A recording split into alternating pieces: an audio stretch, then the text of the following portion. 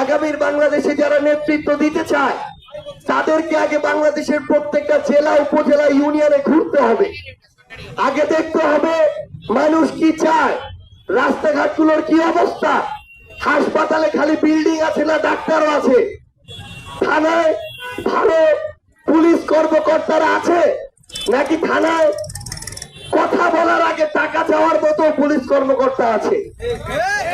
আমরা দেখতে এসেছি যে ভূমি যে অফিসগুলো, সেই ভূমি অফিসগুলোতে মানুষের যে সেবা, সেই প্রাপ্য সেবাটুকু মানুষ পায় কিনা, নাকি সেখানে সেবা পাওয়ার আগে টাকার জন্য দর কষাকষি হয়। আমরা আমাদের জায়গা থেকে মাঠ পর্যায়ে দেখতে এসেছি যে স্থানীয় পর্যায়, এই স্থানীয় পর্যায়গুলোতে যে সাধারণ জনগণ কোন নির্দিষ্ট সিন্ডিকেটের হাতে জিম্মি কিনা, বিরলের মতো উপজেলাগুলোতে বিভিন্ন বাজারকে কেন্দ্র করে চাঁদাবাজি হয় কিনা, বিরলের মতো উপজেলাগুলোতেও অটো রিক্সা ট্রাক এগুলোকে কেন্দ্র করে চাঁদাবাজি হয় কিনা। আমরা স্পষ্ট করে আপনাদেরকে একটা বিষয় বলি, আগামীর বাংলাদেশে চাঁদাবাজির কোন স্থান হবে না। একজন চাঁদাবাজ সে যেই দলেরই হোক না কেন, তার দলের যত ক্ষমতাই হোক না কেন, তাদের বিরুদ্ধে আমরা দাঁড়িয়ে যাব।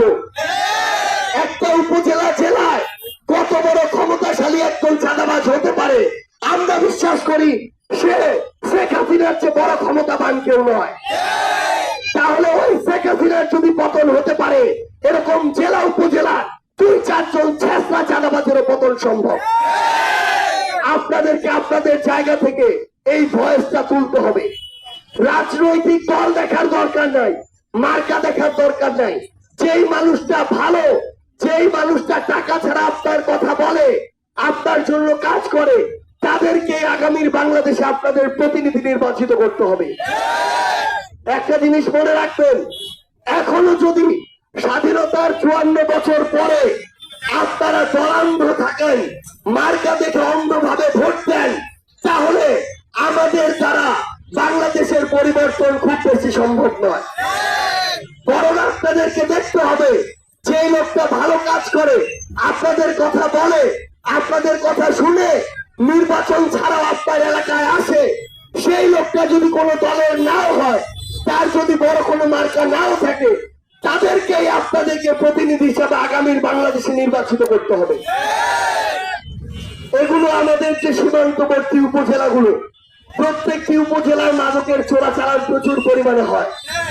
এই যে মাদকের ব্যবসাগুলো, এই যে সিন্ডিকেট গুলো, সরাসরি কোন না কোন রাজনৈতিক দলের বড় বড় পদধারী সকল কিছু নেতারা এই ব্যবসাগুলো পরিচালনা করে।